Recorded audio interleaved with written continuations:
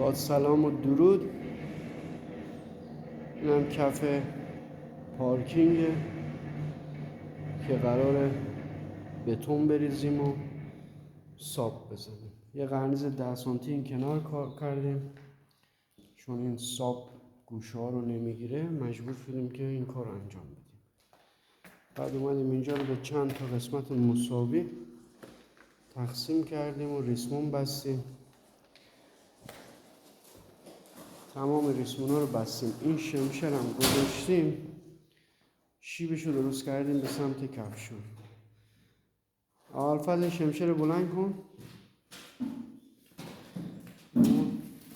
این شمشره که بلند میکنه ریسمون رو میاد بالا، بذار روش. این ریسمون رو هول میده میره پایین، یعنی دقیقا شیب از دو طرف با این شمشر ریسمونا رو هول میده پایین، شیب میاد به سمت کفشور.